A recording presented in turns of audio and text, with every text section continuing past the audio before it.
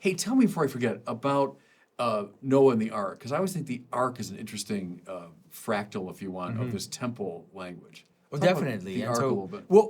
what you see in Genesis, like from Genesis 1 to the flood, basically you see a world that starts and ends, right? So it's like it's a little, Yeah. it is, and so also a fractal, like it's a little world that you see start at the beginning and then end into dissolution. But then at the end of it, you gather the world together into a little version of, even smaller version, a little microcosm that then survives the chaos. And so the ark itself is structured in a way that is a little earth. Like and so it has, even in the way that it's made, it has different tiers, and it has you can imagine like the birds kind of on top and the animals at the bottom, and man kind of gathering it all together. And then it moves over the waters, and then the world starts again. The way that the world starts again is repeating Genesis 1, right? And so, especially if we know the story of Jesus, we know that it's repeating the beginning of the world. Noah takes something from above, a bird, and then sends it out to connect to the earth, right? Yeah. And so the bird comes down, and it finds, what does it find? It finds a pattern. That's what a tree is, right? We talked about how it's a fractal. And that's how the world starts again. It's a recasting of when it says that the Spirit of God floated above the waters in Genesis 1. Noah has the same structure for the world to repeat itself. And then in the story of Jesus, we have the ultimate version of that, because Jesus just crashes everything together. He goes down into the water, comes back up, and then a bird spirit comes down on him to repeat the story both of Noah and of Genesis, and to say that this is a new world that's beginning. If you don't like the idea that the old stories are pointing to the new one, Jesus is showing us the pattern of those old stories and how they connect.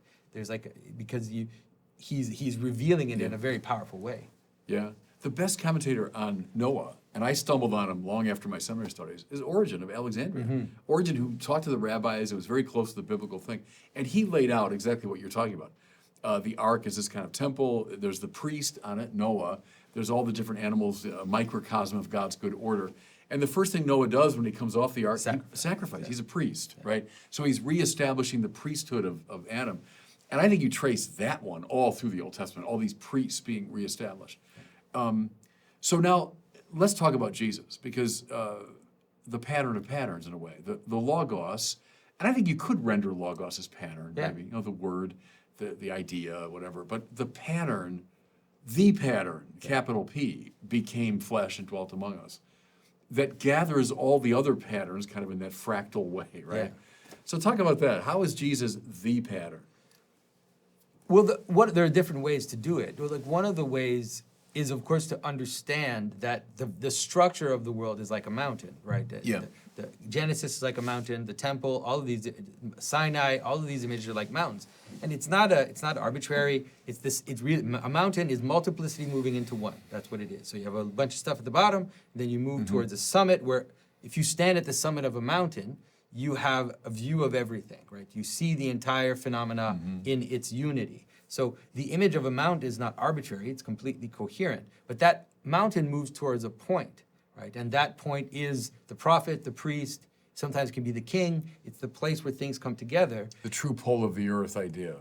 And in Christ, what you have is a complete version of that, where all the little prophets, all the little mountains are now brought into one mountain, revealing the order of the entire cosmos. And that sounds very arbitrary, it sounds very abstract, but what you see in Christ, interestingly enough, for someone who loved the Bible, for example, you see how he does that for the Bible itself. He takes the Bible stories and he crashes them together in his own story.